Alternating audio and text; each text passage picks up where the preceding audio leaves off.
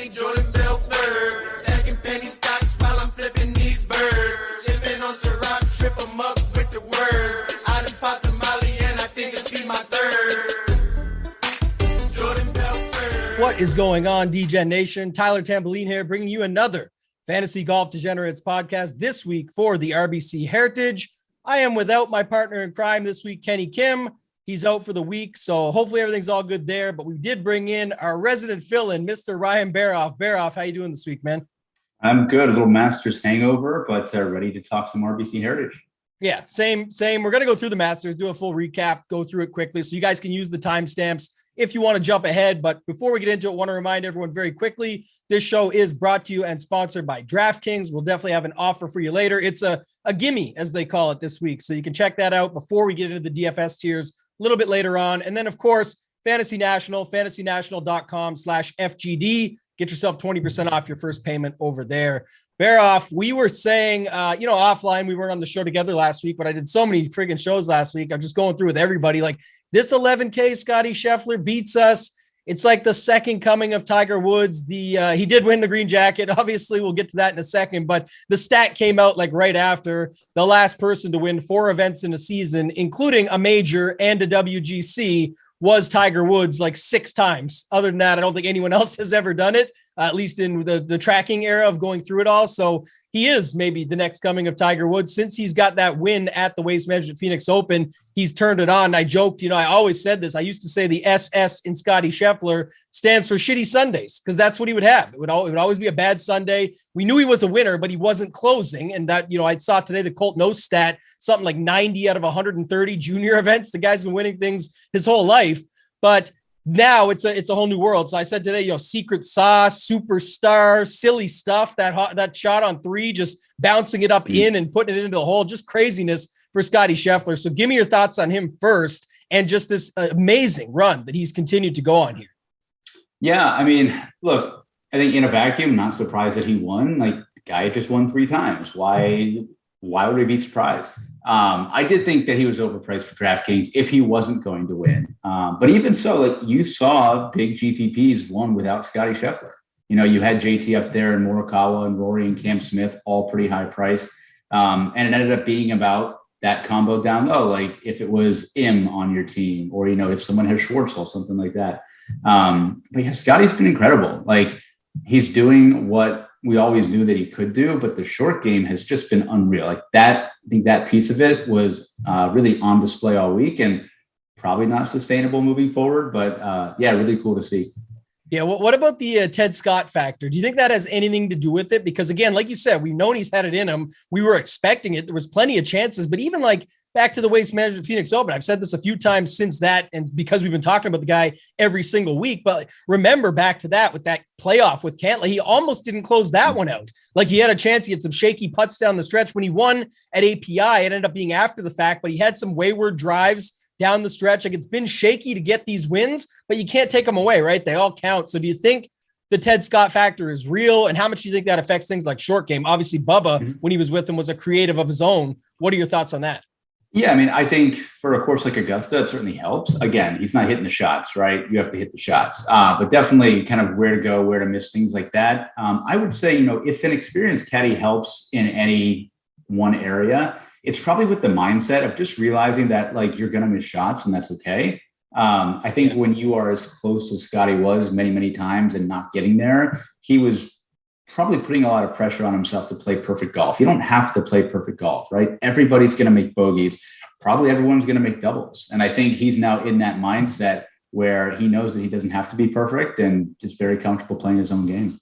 Yeah, it looked really good. And like you said, I think it's important. Obviously, the stories came out after of him sort of weeping in the morning, not sure if he was ready for the big spotlight yet. Obviously, those other wins were huge, but nothing like putting on a green jacket, coming back to Augusta National for the rest of your life.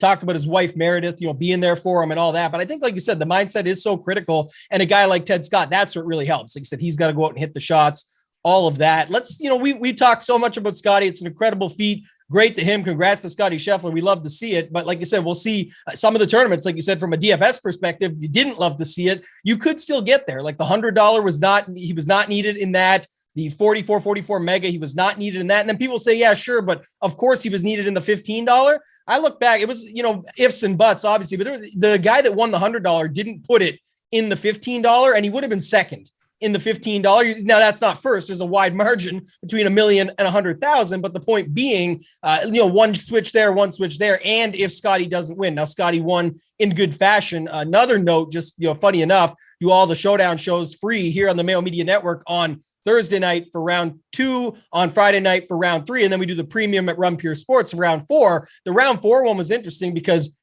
again, this is now back-to-back years. When Hideki won it, 11 under over 7 under going into the final round, finished out 10 under. Neither him nor X nor any of the guys in the top that year were required in Sunday round 4 showdown. And then yesterday, again, the lead that Scotty had, 3 strokes with Cam Smith, did not need either of them in the winning lineups near the top. The winner and the ones around it just wasn't needed. Play a little bit more conservative down the stretch. So good to keep track of for next year. I want to talk next about, obviously, Tiger Woods. Want to have a quick conversation around him. I mean, man, it was incredible. To make the cut bet, we all knew was literally, I said to Mayo at one point last week, I think it's just a promo from the books that's not actually a promotion. Like, they just know we'll bet that because it's literally plus money. It's free money. They'll take our money elsewhere when we don't bet Scotty. Maybe if you did bet him, congrats to you. But if you didn't, it's okay. You're going to be okay. Like, most of the people that bet Scotty last week would have had him on their card with 3 other guys at 20-1. It's, it's still a good payout, but it's not life-changing or anything for anybody. So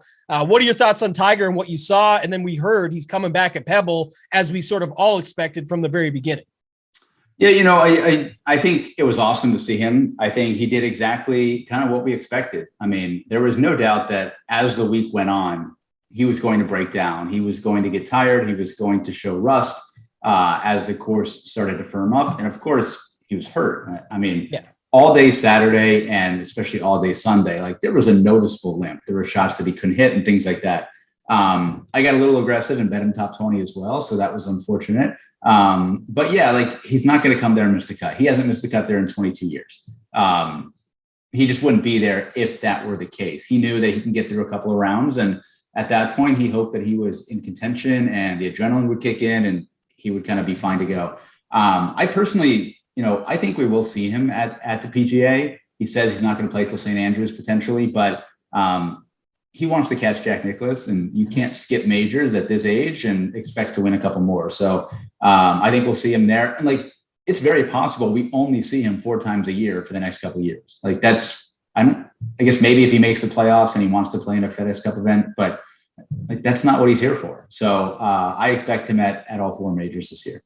Yeah, I agree with everything you said. I think that's pretty much exactly it. Like, he doesn't need to prove anything else at this point, right? He's just going out to try and get this major record. You can't do it by skipping majors. Like you said, he knew he could make a cut here. He knew the game. He said it all week, even pre-interviews. He said, I know my game's there. It's the walk. We'll see. But it was true, man. He tested it out by Sunday. I mean, it was always tough going down hills watching him, but it was like, is the leg even attached? Like, does he have an apparatus on under? Like, it was unfortunate how bad it looked going for him. He was muscling through it. You could tell with the grit in his teeth and everything. And that's Tiger Woods, right? He's not human. So expect nothing less, obviously, but just coming down the stretch, definitely could tell there was some pain there. Hopefully ramps it up. We do see him at the PGA Championship. That would be awesome. And then, of course, the whole conversation all year leading up to even this event was Pebble, where it's an easier walk. It's a course he just knows so well, a realistic opportunity for him. But hey, we'll wait. We'll see. We'll see what goes on from there. And then lastly, want to touch on, one more thing and I'll open it up to you, but Rory, like, this guy, incredible round yesterday. One thing I'll say, but like, man, he wasn't winning. Everyone was going crazy. Like, it's about to, I think at like the highest he got to for even a chance was like 2.7%, and not the data golf guy that everyone else is out there, but just to check it and see, like, we use it for predictive cut lines and we can try and see some accuracy. Like, he never got there. He had to hole out like everything, and it's not taking away from him. He tied the record or whatever, but the point was more, and that shot on 18 with Morikawa following it up, absolutely incredible, not taking it away. But Rory, what do you think of the round? I didn't think he was ever winning. Maybe you did, but there's a lot of hype around that. And then lastly, what do you think we see moving forward with Rory McIlroy? Yeah, I thought it was cool. I thought the best part of the round was that he stayed clean, right? Like, we've seen Rory go on these runs before, and then it's a 3-putt here, a missed up and down here. He got them all yesterday.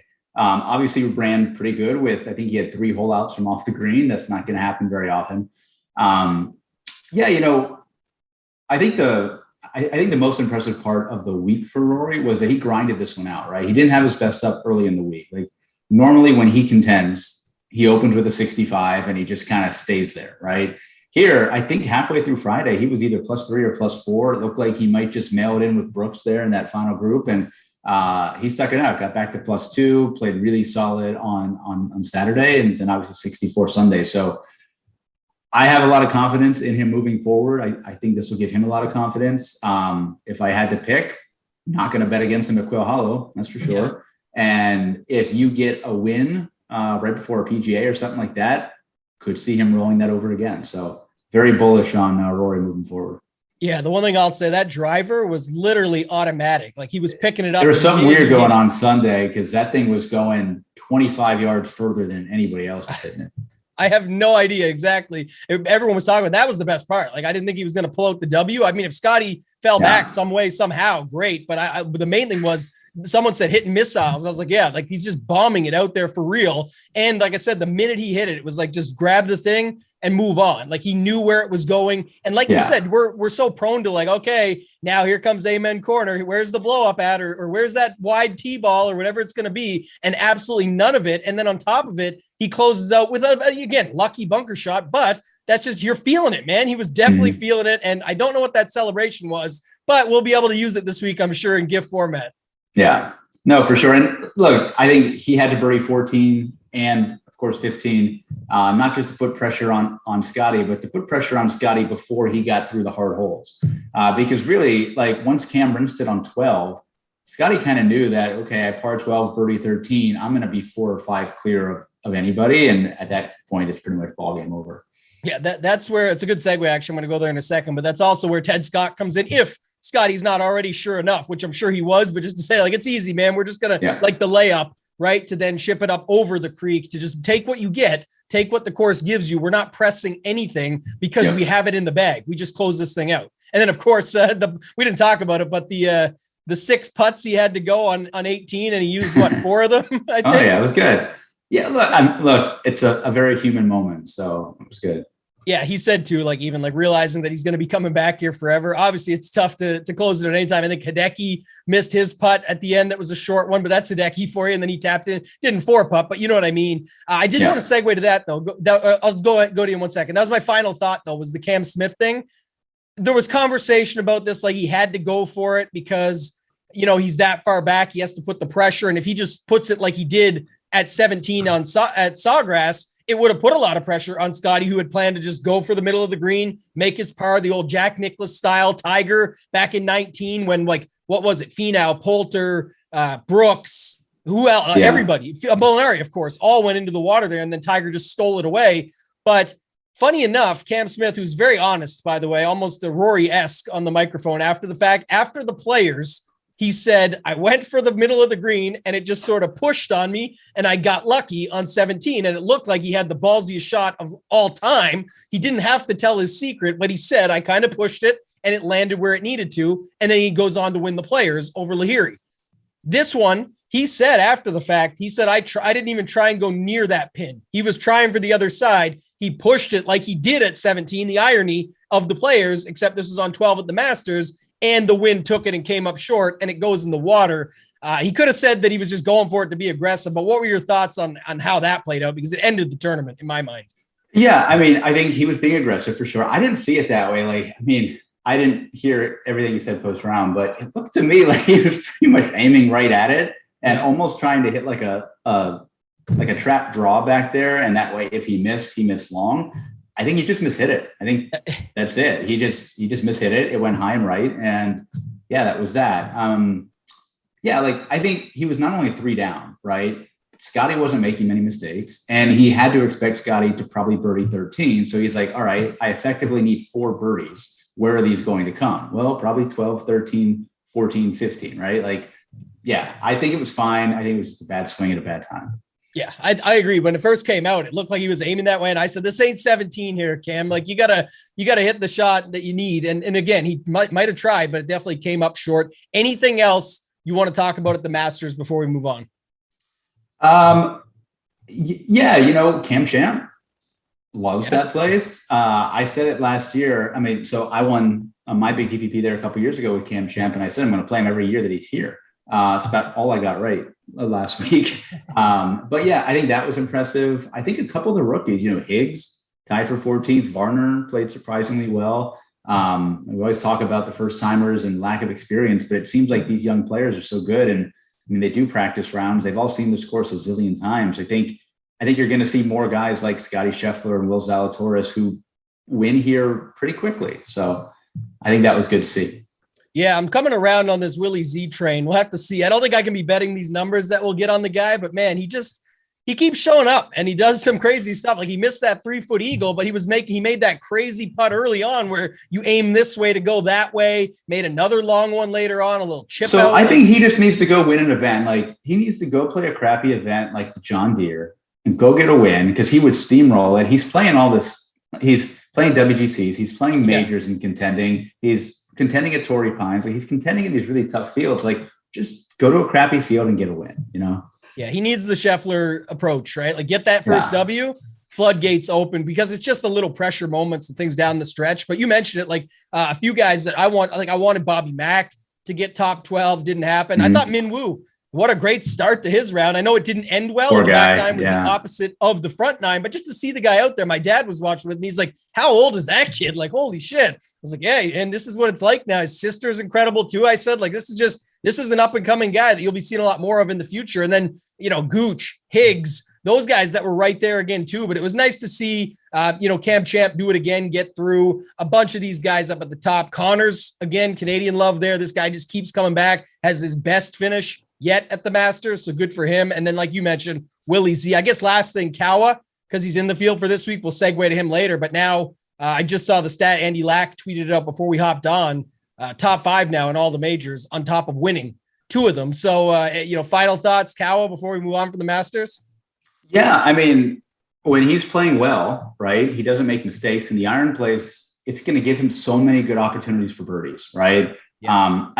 I'm still not sure that he can win a Masters. He's now proven that he can play well there. I obviously still have concerns about the short game and putting and things like that on the greens that are that tricky. But I think he's a very worthy world number 2 at this point. Yeah, I agree. That was the other news. Obviously, he took over number 2, but the all-around game that's needed. I think Ben Coley tweeted out today, like about Lowry. Lowry just had the complete game, and the only thing he was missing, he tied basically everything, was right on par with Scheffler, but the approach game was way off, and that's been his best thing over the last 3 months. He just loses it at the time most needed, but it just goes to show, and he was still up there. Obviously, that triple took him out, could have been 8 under, could have been in the mix even more if he had the irons on top of avoiding that triple, but the point is more that, like, you have to have that short game around there or you're lost. Everything is wide open. I guess that was my last gripe, and I want to move on, but I keep talking about it was just so open. Like there was no chance down the stretch, realistically to me anyway, besides 12. Once 12 hit and was over, it's over. Like there's no chance, in my opinion, from 13 to 18 for Scotty to lose that. It's very tough. No, the only hole would have been 15. And yes, it's a really tough wedge shot there, but with the rain, with the conditions being softer, I only saw like 1 or 2 guys spin wedges back into that water, right? Like I know Adam Scott did it and made an 8. I think 1 or 2 other guys did it. But it just seemed like that hole was a very easy 5. And then a bunch of guys made either 4 or 6. Like they're just, it wasn't a lot of drama there this year. You said it too. And that's what happens. It's unfortunate, right? The blowout makes it tough, but that's when you get the best golfers in the world. That's the way it happens. And Scotty has been the best golfer, and he's number 1. So it'll happen. I'm not as mad. It's just one of those things that shows. And I think 15 was like the first time since 1960 something with no eagles all week. But to your point, the other side of the coin, no real situations like Sergio with an 11 or anything like that. Nothing where guys were getting into trouble on that hole either. It was a birdie, a par, or a bogey. That's pretty much what you saw on that hole all week. Nothing really crazy. So we'll move on. I want to go on to the listener league for a second. We had SM Haas 31. I'll read you off the lineup. You can give me your thoughts. And then SM Haas, we'll see you in the 4-man this week. Kenny will be in it with Baroff, myself, and we'll get you in there. I already saw you join the Tournament of Champions for end of season, but his lineup. So again, no Scheffler needed. 443, I think like 480-ish took down the big tournaments. But again, just to give it out here, JT, Cam Smith, Willie Z, so 10K and 2 9K guys. Then he dropped it down to Siwoo Kim at 7,100, rounded out with your boy Cam Champ and Kevin Na both down there in the 6K range. What do you think of the lineup? Very aggressive team for sure. I guess I'm surprised that it doesn't have Connors or Fitz, because it seemed like they were both the top two values and obviously both smashed and did really well. But yeah, strong team. I think pretty big disappointment with JT over the weekend. He salvaged, but you would like to see him get himself into contention more. But yeah, really nice team. Cam Smith went a little bit overlooked, and of course was the key again. Yeah, you had to have him. The JT factor you just mentioned, like he pulled a Rory, right? Basically, or what we've seen out of Rory at majors recently. The 76 on Thursday, grind it back a little bit, 67, and then 272s over the weekend. I like the lineup, SM Haas. I like, you got two guys, 20% owned in the Siwoo Kim value play and the heavily owned JT up top. Cam Smith, not as owned in this contest, only around 13, Willie Z 15, and then Na and Champ both at 5 or under. So I do like that. I also think it's good to take note for next year, just around the 6K range at the Masters. It gets there, right? Like there definitely is ability to go with the more aggressive approach, get some more win equity into your lineup up top with JT, Cam, and then you could say Will Zalatoris, right? He at least can come top 2. He might not win it, but he'll come second. And then you got Siwoo Kim, Kevin Na, and Cam Champ. And Cam Champ, like you said, has just played incredible there. Na, with the necessary around the green game needed, just did really well. T14 for him without the length, really. And then we'll talk about him this week, of course. And Siwoo Kim we'll talk about for this week as well. So go ahead. Yeah, it was just super interesting. Like, talk about stacking and kind of win equity. Like, how many people, I'll include our boy Slep here, on their main team went Spieth, Brooks, Xander. Like, a lot of people did that, and they did it for exactly that reason. And it just, unfortunately turned out very, very bad. It is. And it's not, I won't take away from it, because obviously Slep's very sharp. Our boy there, just circling the drain. If you don't know, CRC, LNG, DRN, and he crushes everything, every sport, one of the best GPP players in the world. And so I'm not going to take away from him with that build, but it is one thing I was thinking about last week, Baroff, and just looking at it, like, I didn't think it was like the sneaky approach, because, well, yes, you were getting the 3 win equity players in there. It was guys with popularity. So then you're filling it up with some of the guys. And again, you could be completely different in the 7K range. You could go down to the 6K range. You could do whatever you wanted to get unique from there. But I just felt like that was one of the things. And then the other angle last week on the opposite spectrum, I thought it was really bad to try and do like a Rahm Scheffler, the 2 most expensive, because then you'd be the opposite effect, where you have to put a bunch of guys at the bottom, hope they find their way, and basically need a Scheffler Rahm 1-2. Could have got there with like other builds. I don't know. I didn't look at it, but like you said, it just depended on the value plays that you used. Yeah. All right, we'll move on. Let's talk about the course for this week. We don't have Kenny Kim as always, so we won't have the full course preview or breakdown. Luckily, it's a course that many know, but there's plenty of people listening probably know nothing about Hilton Head. Obviously, a very famed, storied course that we come back to every year. You've got the lighthouse in the background. We've had engagements here. We've had people's favorite say it's their favorite course. We've got all kinds of factors when it comes to this course, and some crazy winners over the year, ones you might not expect. But talk to me a little bit about this course, things that stand out to you, any stats that come to mind. I'll talk after the fact, but go ahead.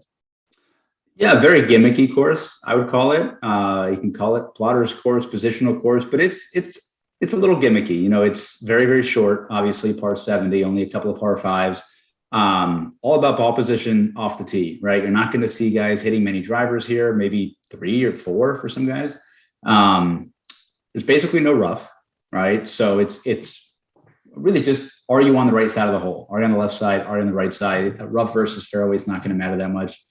You obviously have extremely small greens, which I think we could talk about scrambling a bit. It's going to lead to more scrambling, but scrambling here is actually pretty easy because it's flat. Bunkers are pretty straightforward, but I'm certainly going to be factoring that in a little bit. And then anytime you have smaller greens, I think it really kind of flattens the field in terms of putting, because everyone's going to have pretty decent looks. These greens are not overly hard. They're not overly big. They're not very undulated. So I think you're going to see some low scores here. Minus 15, minus 16 maybe wins here. Mm-hmm.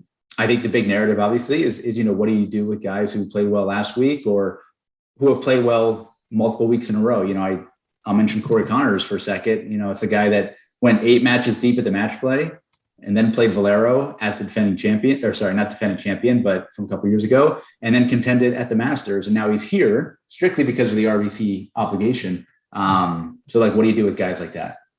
Yeah, that's going to come up a lot too. I think, I mean, I've already seen people debunking it, people, saying it's bad, saying, fatigue factors. There's all different angles you can look at. I saw, posted from the previous year where some of the guys that played the Masters last year and then came here, even Sink, I think was T12 at the Masters and then came out and won this tournament. I think the biggest thing for me and just looking at it in general, as you mentioned it, like we know what the course is. You just broke it down. We know the stats required. We know the game required. And I think for me, the biggest thing is more that it's not even so much about recent form as it is about course fit.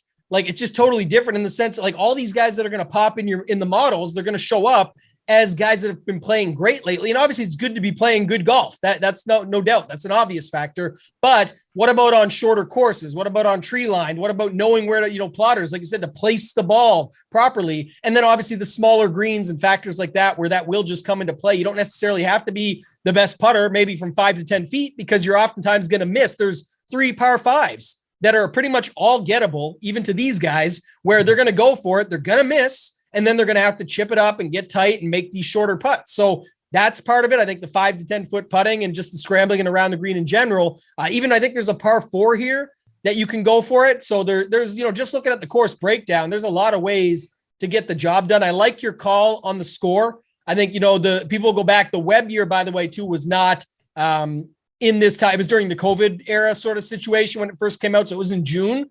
A little bit of the higher scores there. But last year, like Stewie Sink won at 19 under. The guys behind him all 15, 13, 12. So 15, 16 under. I like your call there. I think it's like what, a +1, +2 type of cut line that we see here as well. Yeah, I think a lot of that's going to depend on the wind and the weather. I haven't started looking yet, but it is a coastal course to an extent. But yeah, I mean, guys will, probably even would be a guess, maybe even 1 under, depending on if guys are really playing well this week. Yeah, that could be the case too. Obviously, like you said, keep track of weather. We'll have that more as the week goes on. When Mayo and I get to the live show chat on this very channel, Wednesday, 12 p.m. Eastern, you guys will be able to get all that from there. I mean, who knows what happens at this type of course? It can change overnight. So we'll wait and see what happens there. Gonna get into it then. Before we get into it, want to remind people of a very special offer we have this week from our sponsor, DraftKings.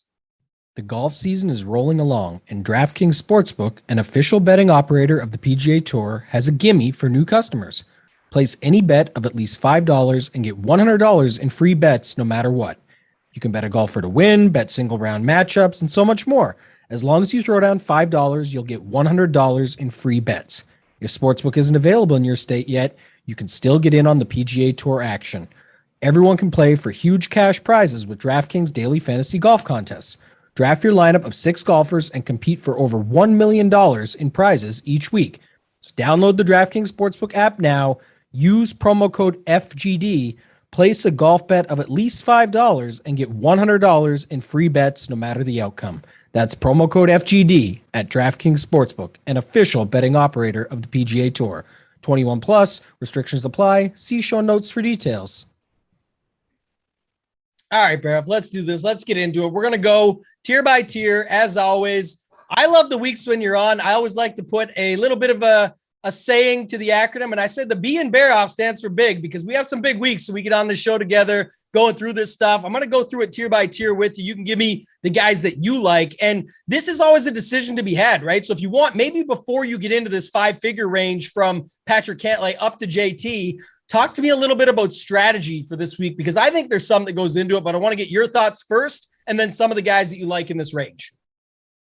Yeah, I think it's obviously a course where we've seen a wide range of winners, usually not the top guys. And then even if it is the top guys, you look at Webb or Kuchar when he was really good, right? Not the longest hitters, not the bombers, things like that. So I'm definitely hesitant to just kind of load in JT and DJ and that sort of thing. I think you have to make your decisions also on, of course, guys like Cam, who just had a really long and daunting week. I'm obviously leaning towards balanced builds, but I think everybody will be. I still think that's the way to go here. I think because of the strength at the top here, there are a lot of guys, even in the 9s, but especially throughout the 8s, who I think are going to be lower owned than they should be and who have a ton of upside here. Yeah, I do like that. I will cut you off, I guess, before you go to the players, because I want to add one more piece to what you just said. A question that I always get is, how do we get different with our balanced builds? Because like you said, I think a lot of people will go that way, but you and I both agree. I'm with you on this one, that I think it is the correct way to build here, not because of fatigue and masters and all that. It just depends on, what we've seen. It's just such a long history of what we've seen. And then the style of golfer that goes out and wins this tournament, we've seen plenty of it. Now, the last thing I will push back just to say, just so you can make your opinion on it, is you and I were chatting pre-show. This is basically the same strength of field as the Farmers that we just had. It's that strong of a field this year around. So that could change some things. And then that field had Luke List win still, like a guy we didn't expect to win it. And this place usually has long shots win. I think it's like 3 of the last 4 besides the Webb year, which you could kind of put an asterisk by in June, where it was guys like 125 or even even higher odds. So what are your thoughts around that? And then you can give me the guys you like up here.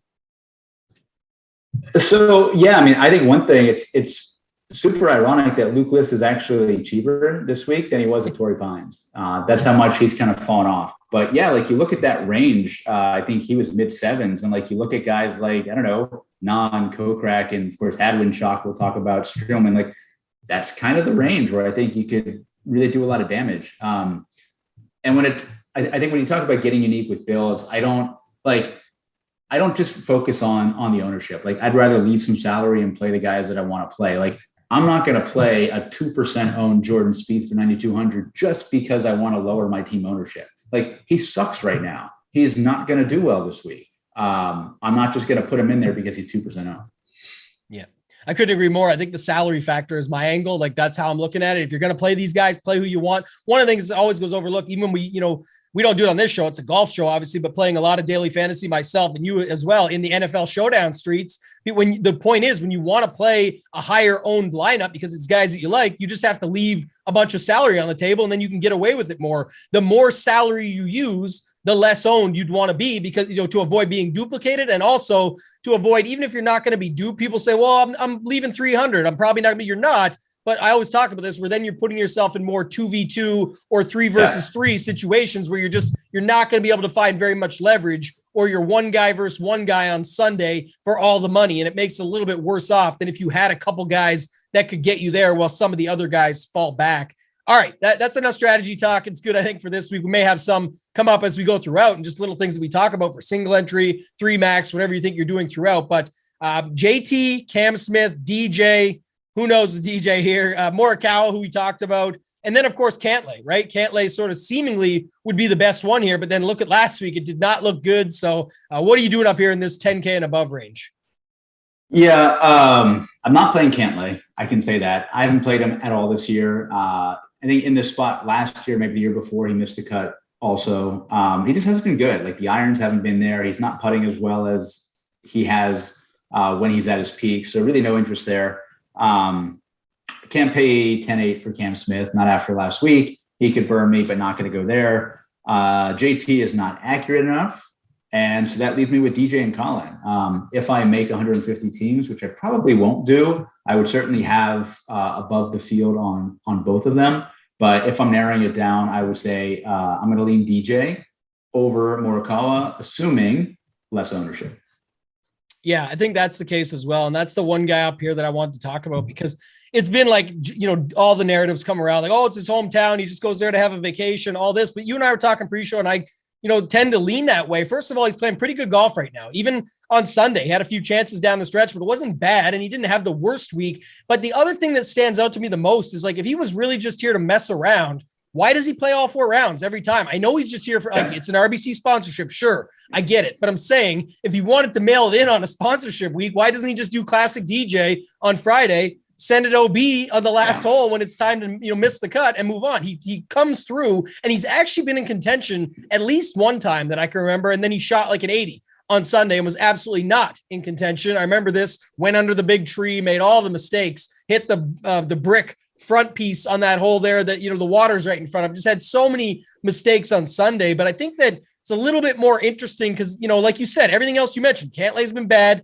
JT's really bad, at times with the accuracy. Cam Smith, it's a lot. I mean, I guess Cam Smith would be the other guy would consider just to sort of, I don't want to say it completely, but just crush everything after last week and say, you know what, I'm pissed. Let me go out and just ship this thing now. But I feel safer with DJ, and I worry a little bit about Morikawa with that short game and how much does he care for the RBC Heritage?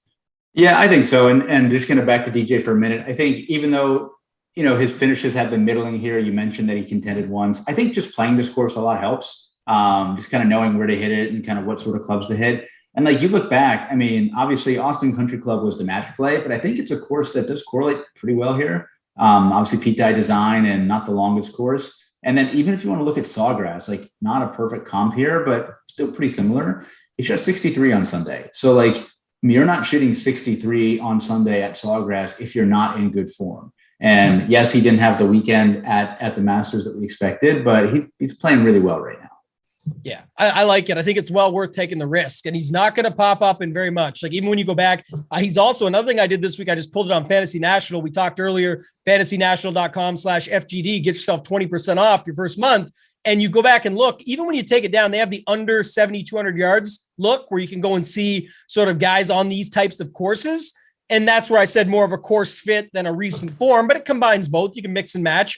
DJ is like the worst in that up top as well. But I think everything you just said, again, that's where you're tying two things together. Does he fit the course based on where he's played recently? You can kind of tie it together. And I like the comp to the Austin Country Club there for the WGC match play. A lot of short game magic and little things, sort of placement, get it right. And of course, Pete Dye goes with it as well. So nice to see there. Cantlay, I know you're off him. He was the other one between DJ and Cam Smith. I kind of liked DJ. I definitely like DJ more, kind of like Cam Smith, but I wasn't sure on Cantlay just because before the missed cut last year, and you talked about seeing the course a bunch, 3rd, 7th, 3rd. The issue is coming in 39th, 26th, missed cut. Like it's bad. Form's just not there right now. And then we're going to get to it. Perfect segue to the next price range. A lot of other guys I would probably rather play in here. So talk to me about this 9K range. We got Lowry down to Russell Henley, and I definitely think there's some guys that you can use in here. But before you get into it, this is the Baroff decision of death.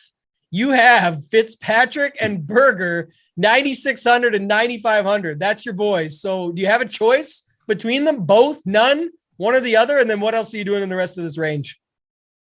If I had to pick, it'll be both. Okay. Yeah. Berger was, obviously very disappointing last week with how he finished. And Fitz has just been good across the board. I know going into last week, he was leading the tour in strokes gained total. I assume he's still pretty close there. Scotty Scheffler will pass him if he hasn't already. But yeah, I think again, I'll start with the guys that I'm not going to play. Spieth, as I mentioned, is a lost puppy at the moment. Corey Connors, as I said, he's got to be completely burned out. It's not about RBC narrative or not. He had the match play week. He had Valero. He had the Masters. He played well. All 3 weeks really. So not going to go there. I'm a little torn on him. I haven't played him much this year. Obviously played great last week, but just doesn't seem like he's been 100% there. So if I'm splitting hairs here, I'm not going there. So yeah, give me Berger, Fitz, Webb, Neiman. I'd rather play guys like that who have a ton of course history here. Yeah, Neiman's interesting. We were talking a little bit about that one earlier too. Like he said he likes the course. So we'll see if that's the case and how he comes out and gets the job done. Yeah, see, I jumped to Webb thinking Webb was in the 9Ks and he's not, which is, I guess he'll be chalk at this point. He should be like 9,700. So yeah, Webb. I know. I knew that. That's okay though. I don't mind it at all. I think that's a good conversation to bring up because I think he is going to be quite popular here this week. Yeah. So we talked a little bit earlier about ways to get different and all that. And I think that's, one thing you're going to want to do is definitely look at your total salary. But what about Lowry? You didn't mention him. And I got him popping sort of across the board. Now, obviously last week is a factor, but really that to me is the only factor. If not, like to me, around the green game, the placement of the ball, approach was a little off, but other than that, he pops every angle on my stuff. So I'm just curious what you think about Lowry here, bounce back from last week. Yeah, I mean, on paper, I've got nothing bad to say about him. He's been great, played well last week, has played well at this course. Just feels off, feels like a lot to pay, feels like a letdown spot. And again, you can say that for anybody, but I don't know why, but feels like a letdown spot to me for Shane Lowry. Yeah, and your Neiman call, I like. Saw a lot betting Henley today. Do you like Henley at 9K? Yeah, I mean, I think he's a fine play. Can he win in this field? I doubt it. But I don't think he's missed a cut here, maybe ever, at least in a very, very long time. And he's just been solid. Like he blew the back nine yesterday. He was -5 at the turn. Tried to get me the top 20 like a true hero and couldn't do it. But yeah. Look, I just don't think I'm going to get there a lot because I mentioned Webb cheaper. love Neiman higher. Like, I guess I could play all three, but that's probably going to be a pretty popular build. Yeah. And so Henley did come in 9th last year. Before that, it was a couple missed cuts, but before that he had 26th, 23rd, and a 6th. So obviously he's always popular here though. Yeah. He's always a little bit popular. So that could be a definite reason to go away from a guy that's going to be more popular. And I don't know if Neiman will end up being as popular as, we're talking about him, but I like him for sure. I like Sungjae. I know, like you said, he's not your favorite guy in this range. I just think Fitz is too good here. I think Berger is too good here. How you play them, like I said, you could split them, you could play them together, you could do whatever you want. I think you could even start your builds with them, and that's a way to get different a little bit. That yes, people will play balanced builds and do it, but there's way more room to get different when we get down below than, like you said, forcing in a 2% or 3% Jordan Spieth just to say you played a low-owned guy up top. So I don't mind doing that way either. So, for me, Berger, Fitz, Lowry, Im, Neiman, more Berger and Fitz, little bit of those other three is the guys I have interest in. As of right now, not as much interest in Henley, like you mentioned there. You already talked about Webb. We can move it down from here and keep it going. Webb down to Chris Kirk. This range seems to be the range that's going to be more popular than normal. Funny enough, we go back, the last at least 3 or 4 strokes gained, stroke play events, forget match play for a second, where every single week, Baroff, the conversation is the 8K range is going overlooked. No one's using the 8K range. Even what was it last week? I didn't even go back and check, but like that leaderboard, what do we have? Lowry, 8K range. Yeah, Lowry, you had Im, right? Im. I guess Neiman was up there earlier in the week, but not. It didn't end. Gooch 14th was 8,700. So there was some 8K guys up there, but yeah, it's always going overlooked. This week that won't be the case, right? Everyone wants to play a few guys in here. You mentioned Webb going to be very popular. So what are you doing here? I'm not sure. They're all good plays. I literally don't have anything bad to say about anybody here, except obviously maybe Hatton's not in the best headspace, but he's also probably going to be the lowest owned. Like I'm done fading Harold Varner, even though he seems overpriced. I'm done fading him. Webb obviously feels like a lock. Billy Horschel has still been really good, played well over the weekend. We love Siwoo Kim at these type of courses. People forget how well Noren was playing just because he didn't make the field at the Masters. Tommy Fleetwood's been great. This is obviously a Kisner course. And then Chris Kirk has been pretty good too. So I'm going to have to think about this more, but Webb's going to be the one that I focus on. If I had to pick a second one, it's probably going to be Fleetwood. I just feel like he's going to go overlooked a little bit, either Noren or Fleetwood. It's going to be a Euro heavy week for me. It's funny enough. I was doing some hand builds just earlier today. Like once the pricing came out, I start looking at stuff and get some early ones just to sort of get a feel for what the week's going to be like. And I just kept landing on 8,300 and it's Noren and Fleetwood. I'm like, which guy do you pick? Like, you can pick either, but it was just funny. A lot of the builds, the way they shaped out, just kept landing right on that spot. And I almost feel like, I don't know if it's just me. So if I do it, maybe others will, but I saw myself like wanting to rebuild the lineup. Like, just like, what could I do different to get away from this? Because I don't want Noren and Fleetwood up front, because a lot of people think like that because of the rest of the range. But realistically, there's nothing wrong with them as plays here at those prices. No, I think they're fine. And like Noren's done well on these kind of scramble small green courses, especially over in Europe. It doesn't seem like a great course for Fleetwood, but he's just been so good. And the short game has been so good. I'm very curious to see where ownership shakes out here. Cause I think, like last week, it's not going to be a case where it's either he's a good play, like black and white. Like you could have won GPPs with Connors and Fitz last week, right? You also saw many GPPs where they weren't in the winners. You could have won GPPs with Neiman and Gooch last week, but they weren't in. So it's like, you just have to make the unique build. I think there's plenty of good plays here across the board. Yeah. And I think those are the ones to mix in. We talked about earlier, like how do you get different with a balanced build? And you think about it, like everyone's going to go Fitz, Webb, someone next in this range. But if they don't go to Noren or to Fleetwood or to Chris Kirk because they want to go to Kisner, Varner, and other guys here, I think that's where you can get a little bit different. You could start Hatton Noren, and you're already do whatever you want. You've crossed out 99.9% of the field. Yeah. Yeah. And then last thing I forgot to bring up off the top, I don't know how much you care or others might. I just want to see here for 2 seconds with Varner, because Varner came 9th last year, right? So you go he came second last year. Or sorry, yes, I meant to say second. It was a Henley that came 9th here last year, but I was just looking up Varner, and his history before last year was not good, but he does have the experience. He's seen the course and now found around, and you can argue he's a different golfer. But what I was going to bring up, so Cam Smith, Connors, Sungjae, Henley, Kirk, and HV3. We've pretty much talked about all those guys. They're all in this upper range from where we just got to with Kirk. They all finished very well last year and have seen the course plenty, but never played well the years before that. They all had random, like maybe a 39th in there or something. But for these prices, 8K and up, it's just interesting to note that if people are going to pull just what they did last year with what they're doing lately and creating a heavy ownership in that sense, that's where, like, look, I'm with you. I love HV3. I think he's a great play. It's hard to continue fading this guy.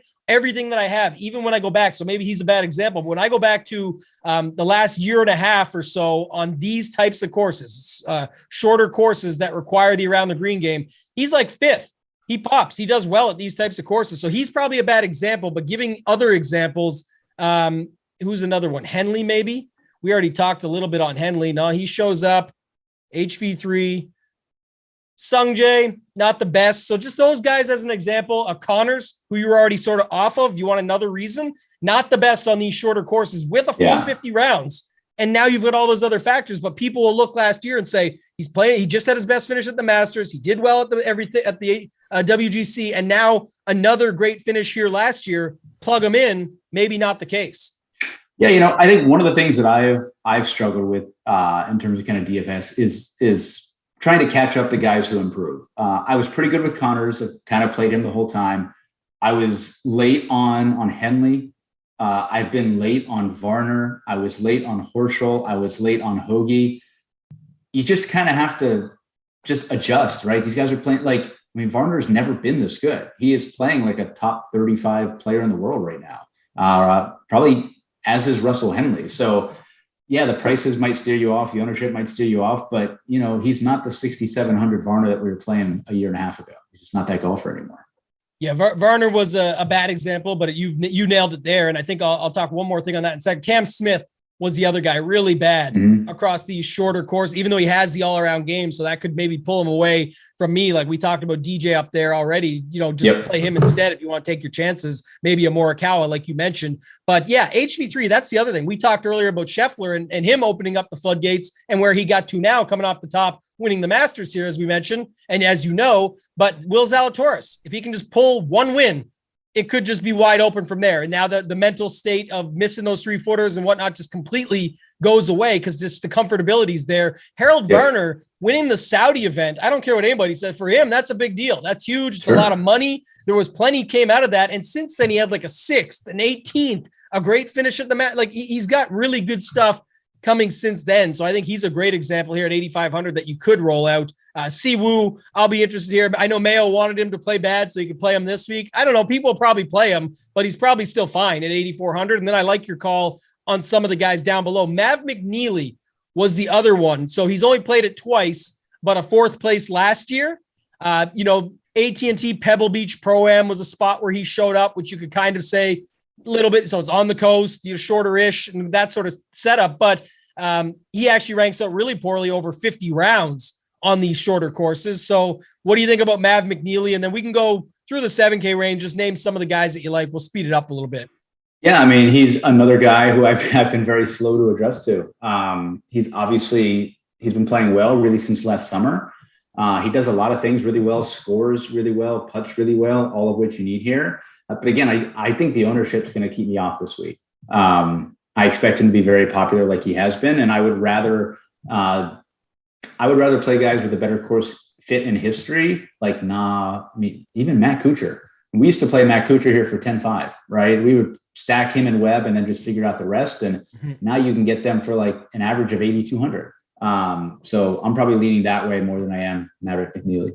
Yeah, one note on that too, the Kuchar thing. People might make fun of it. Maybe he will pick up steam by the end of the week, but obviously he's playing well right now. He almost got into the Masters. He tried to do his thing. He was there to give the old, the Kuchar side smile to JJ Spawn, like, great job, young fellow. And he was absolutely pissed and choked that it wasn't him getting into the Masters instead, but played well there. I did hear a few things already mentioned about how that was all putter. Well, that's what happens when a guy comes in second at a tournament. He usually putts pretty damn well, especially at a place like Valero Texas Open. So it's part of it. But at the same time, you go back, look at the, like, again, you mentioned history, past winner. Now that's way back, but around the green game is just phenomenal. 10 of the last 11 events he's gaining, and some of them very heavily around the green as well. That's what you need here, right? He's going to be able to, he's been playing fine otherwise. So he's going to put it close, miss it, come around the green, make his shots, and be able to move up from there. I like Kevin Na. These prices, like Kevin Na at 7,800, people will say it's fair. It just kind of seems low to me. So I like that a lot more. I like Hadwin. I like Hoagie. I even like Streelman. Like all these guys to me pop up here. So just staying above 7,500. Anybody like Harmon, Mito, all those guys there. Who else do you like 7,500 and above? Yeah, I mean, Hadwin's got to be mega chalk, but I really don't see any reason not to play him. Yeah, so for me, it's going to be Kuchar, Na, and Hadwin, probably my top three there. Okay, perfect. I like it. And then any thoughts on Cameron Young? Not the course? Not the course. No, I was hoping last week was the course, as most of us were. Yeah. No, definitely not the course for a guy who bombs it and has a streaky putter. Flop leg though, Baroff. We had to, last Your week. Your flop leg is Patton Kazire. We'll get there. Well, we are going to talk about that. Absolutely. Yeah, that's the spot. Go ahead. Kick us down in this range. If we were playing this guy, you and I talk about this the most. What was he, 8,300 or 8,100? If you're going to play him. Chalk and like mega and chalk. I was just going to say, and now he's down to 7,100. He'll be 8%, 7%. Yeah. And I think this is a much better course for Pat Desire, even though, he had played well in the state of Texas. He's kind of got the mold of like a Wesley Bryan, right? Where not a great driver of the ball, but can get really hot with the irons and putters. He's probably a good first round leader candidate as well. So I would rather kind of save down here. Like I think Pat Kazire, Lucas Glover, even Charles Howell, like I'm going to play those three more than I will really anybody else in this kind of mid to low 7K range. You're reading my notes. We've definitely done this show before. I know you filled in now probably 10 shows ever, or maybe it's up to 15 now. It's not about that. It's more about like, I definitely know we've done the RBC Heritage together. If we go back and look, because my note later was we have to talk about your boy, Wesley Bryan, because that's always, even when nobody in the world wants to talk about this guy because he's a loser now or whatever they want to say, this has been his. He's somehow back in the field. So he doesn't miss a cut here, man. He does not miss any cuts here. So we'll talk about him when we get down there. You mentioned to me earlier today. I thought this was a good one too. Just a guy I've been playing, hoop over at Run Pure Sports. Him and I talk about this guy all the time. People just keep making fun of him, but Troy Merritt just keeps getting the job done, and he's 7,400. He's cheap enough. This is what we want with Merritt, right? We want him in a weaker field, but this is stronger now. I shouldn't say that. So we just talked about earlier how strong this one is, but usually we want him in sort of a weaker field. We'll give this one a bonus, though. It's definitely stronger, but we want him cheap, and we want him the ability to score. And that's what we've got here. Merritt's at 7,400. So what about him? I've heard people talk about Russell Knox, Denny McCarthy. Any love for those guys in this range? I mean, for a course fit, yeah, Knox just lacks the upside, obviously. He'll finish 40th at 30th, something like that. I just don't play Denny McCarthy very often, but again, seems like a good course for him. You don't have to hit it far. You need to make a lot of birdies. I should probably play Troy Merritt, but at this point, it's just it's like a scarred relationship where he's bad when I play him and he's great when he's chalk. So, but if I was making 150, yeah, I would probably be overweight on Merritt.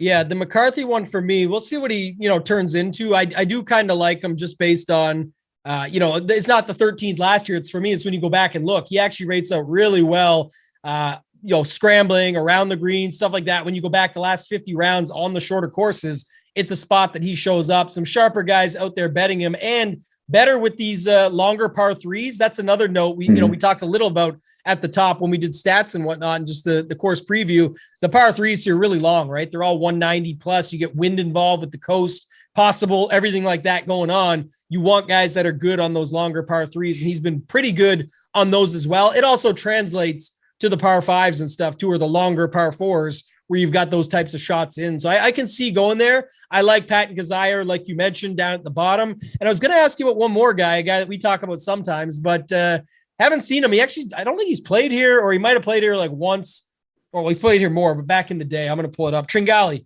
is who I'm talking about. I think he missed the cut twice, but it's like back in 2015 when he played. Again, I don't think you need to catch up to a guy like Tringali. It's not like he's breaking records or doing anything, substantial, but he's another guy that showed up for me, Baroff, just in those sort of the par four ranges, the approach, all the shorter courses that he's played. he has done better on, and he's 7,000. So I don't know, but I mean, CT Pan is there as well, the 2019 winner. You're just going to name it everybody except for Ricky Fowler? Is that what you're doing now? Yes. We're not talking about him at 7,000. He needs to be 6,000 now. Yeah, probably no Tringali for me, just not as sharp recently as he was last year. I would play CT Pan though. I think his finishes haven't looked good, but if you look, he's had some really good iron weeks and some really good iron rounds. And I think he's made 4 cuts in a row or something. So obviously his one here, these are the types of courses to play him at. So yeah, I would play Pan. Yeah, I like that call too. Again, we talk about it all the time, but this course is just, got to get in the fairway first. It's what he does. And then you got to be able to find your spots from there. He was able to do it here already just a couple of years ago. So I think he's a good play to go to here. Let's drop down though. Let's go back to these, down to the 6K range. I think first off, we didn't talk about this off the top either. What is it? 132 in the field this week. So again, I think there's going to be a lot of 6K guys that make the cut. My count here on the range is 78 guys. There's a bunch that are probably completely unplayable, but of the 78 out of 132, like that's a pretty good number. So I think you got to be willing to go down in this range and make some decisions there. So who are some of the standout guys for you in the 6K range? Yeah, there's actually a lot. That's okay. This is where we can spend our time. Yeah, I mean, just kind of scrolling through from the top, I would probably consider Brendan Todd. I will definitely have Joel Damon. Probably do Snedeker after seeing some signs of life at a course that he's obviously been very good at. There's no reason to stop playing Chad Ramey, right? He won in Punta Cana and then backed it up with the top 40 in Texas. I'll let you guys talk about Griot. And then Matt Needsmith, guy's been really good. I don't really care about that miscut at Valero. This is, again, one of the courses. He's an accuracy, greens and regulation type guy. He's done well here. Just keep playing him. I think he's the engagement, right? As well. I think that was the situation. Matt Needsmith here, he got engaged, and that's why everyone says to play him. And then what did he do? He came, I think he had a good result here, last year, finally, or something. 48th and 33rd. He's been in the mix, but we talked about it earlier. If Russell Knox is going to be a 39th or a 40th, why don't you drop down and play Neesmith? He's for 6,600, and obviously he's in better form now than he was a year ago. So even if he finishes 25th, right, that's plenty for 6,600. Oh yeah, that's huge for sure, like you said, and then just the ability to score DraftKings points at that as well. So what he's going to come up at, I love that. Did you have a difference maker between Todd and Damon?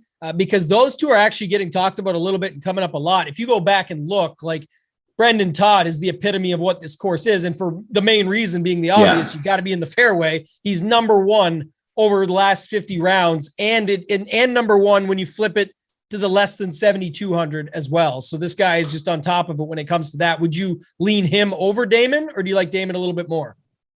In a vacuum, I like Damon a little bit more. He's just a better long-term player. I trust his iron game more. Obviously Todd's going to hit every fairway. I don't love Damon's short game. If he does miss greens and if he does have to make every 5, 6, 7, 8 footer, I think he's going to miss a lot more than Todd, but he's certainly a better player. Yeah. And the other thing about it too, you mentioned just a minute ago, who won in Punta Cana? Ramey, we like him. Damon's won in Punta Cana. If you think about some of that crossover, if the winds pick up, the coastal design, everything that sets up there is some likeliness there. And then I think Brendan Todd would get more ownership than Joel Damon. Even though Damon's sort of a fan favorite to us or within the DFS bubble, people like playing him. Brendan Todd just looks like the guy that pops on all the stats, the models, everything that people are going to play off of. And if you see sort of a wide range there, a wide gap when it comes between those two, I think it's easy to go to Joel Damon. He's right behind him. He's 12th in these fairways gained. So it's not too far back from Brendan Todd. Yeah. And I think, again, like what you said, more guys down here are going to make the cut. If you do want to play a couple or 3 9K guys in a team, you're probably going to need to grab 1 or 2 down here. And I think there's even plenty lower than that. So plenty of options this week. Yeah, we'll go there. We almost break it up 2 ranges because we didn't do 6,500 and below. A couple more that stood out to me. So Brian Stewart, another guy sort of right behind Brendan Todd. Basically, that's the other part too, is if you end up seeing Brendan Todd coming in at 8% or 10% and Stewart's 2%, I think you just play him. He's got the same. He's number 2 in the fairways gained. He's 18th overall. He's solid across the board on all the stats that we like for this course. It's just a ladder, like a move you can make there to drop down. And then JT Poston, miniature Cam Champ at the Masters type situation here. He's got 2 out of 3 really strong results, 8th and 6th, missed the cut last year, but before that 8th and 6th, depending on, how you look at it. One was in June, of course, but still Sea Island guy. What are your thoughts on JT Poston? And then bring me down 6,500 and round it out. Yeah, Poston's just not a guy that I play. He should fit well here. Obviously knows the course very well. He's normally a very good putter. I would rather play the guys in form, right? So like right above him, we skip Nate Lashley, who's got like 4 top 25s in a row out of nowhere. I don't know that much about Nate Lashley's game, but obviously the form is there, and I'd rather probably play a guy like that than Poston. Yeah, Lashley, like you said, so 18th at the Valero, 15th Punta Cana, 27th Valspar, 7th Puerto Rico. So 4 straight coming in.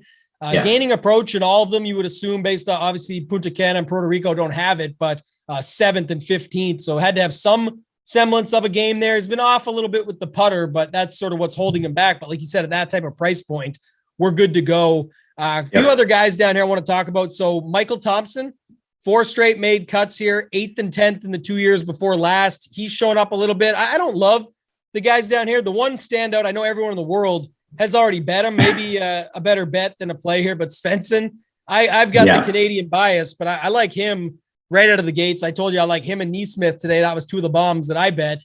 Neesmith looks a little better on paper. Everything, like you said, a little bit of form last 2 events back, coming in 3rd. But Svensson, fairways, greens, it just feels like what he can do is just, will he make enough putts? Probably not. $6,400.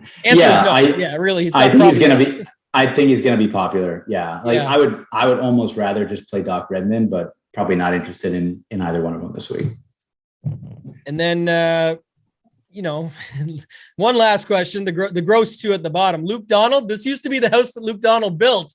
Yep. And then sort of 2017, he passed the torch to Webb, who we got at 8,800, and Webb just took off from there. So Luke Donald. And then of course I did ask you earlier, but just to finalize on Wesley Bryan, never missed a cut yet. 2017 winner, him and Luke Donald. Any love? Yes, not to Wes. I won't be playing Wes. I will be playing Luke Donald. Like, he's made a couple cuts. He had 1 top 20 in there. I think it was Valspar. Had to be Valspar.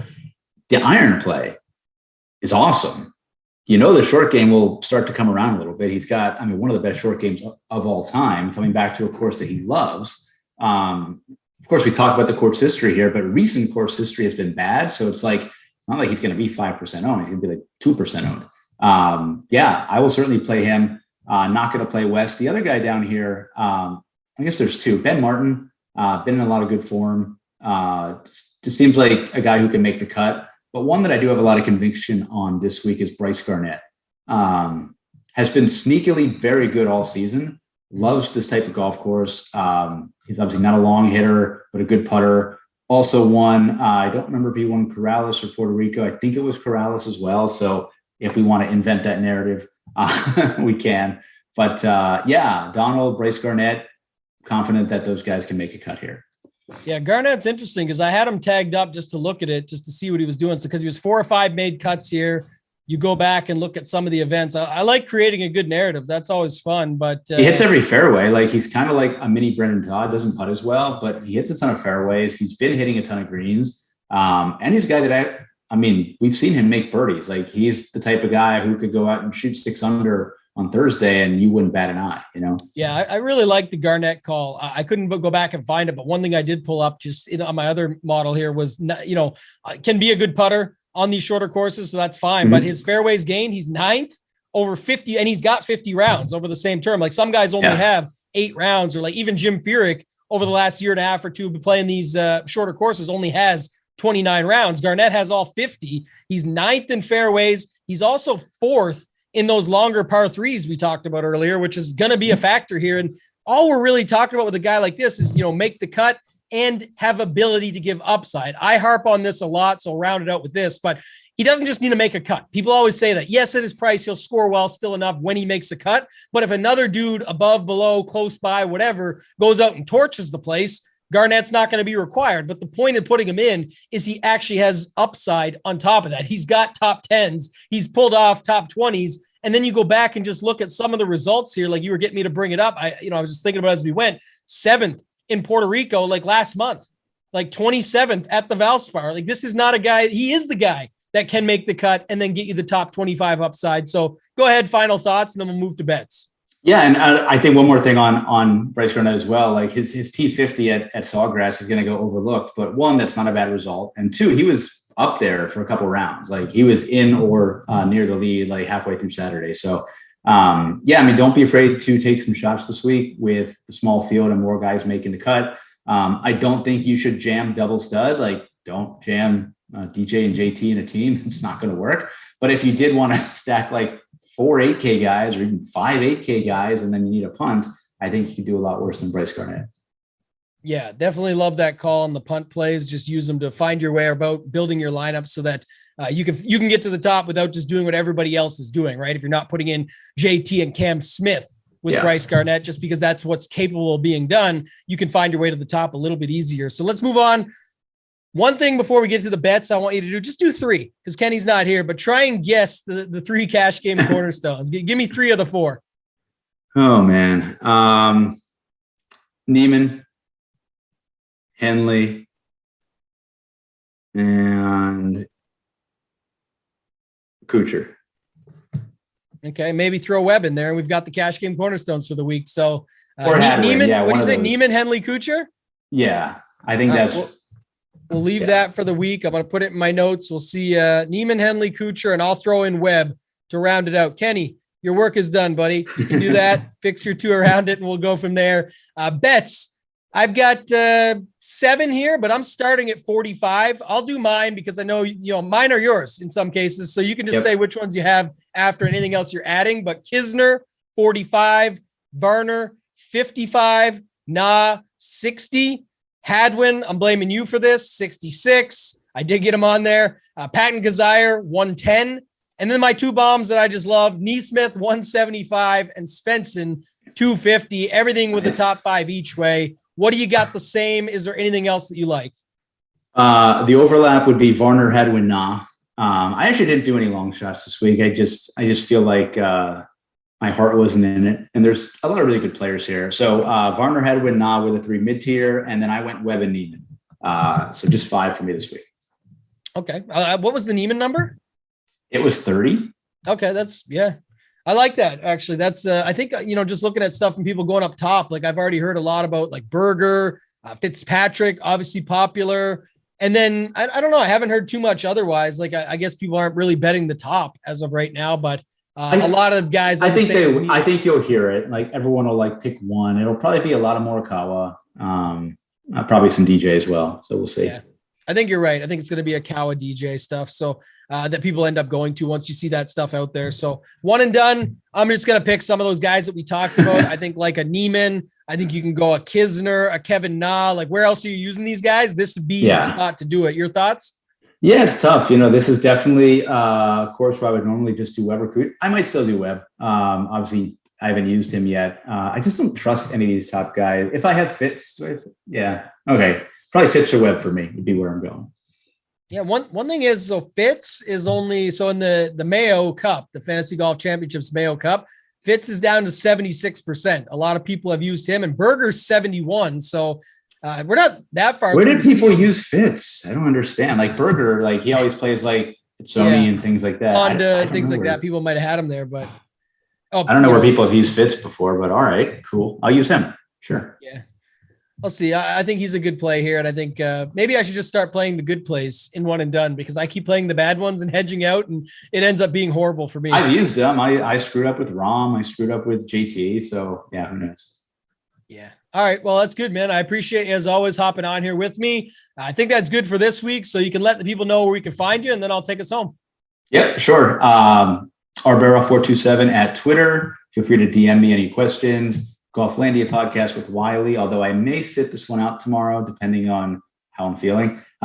So we'll see. You already did your work this week. So yeah, my heart's not in it this week. It's all right.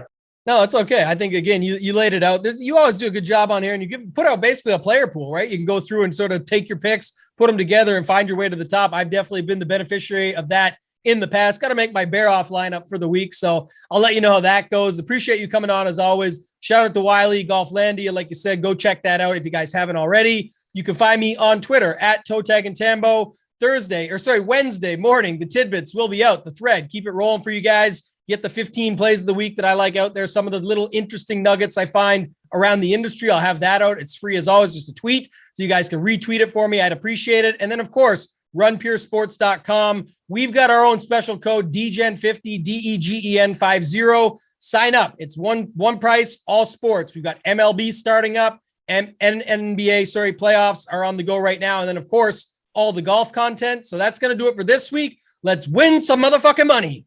DGen Nation. I've been getting dirty money, Jordan Belfort. Stacking penny stocks while I'm flipping these birds. Sipping on Ciroc, trip 'em up.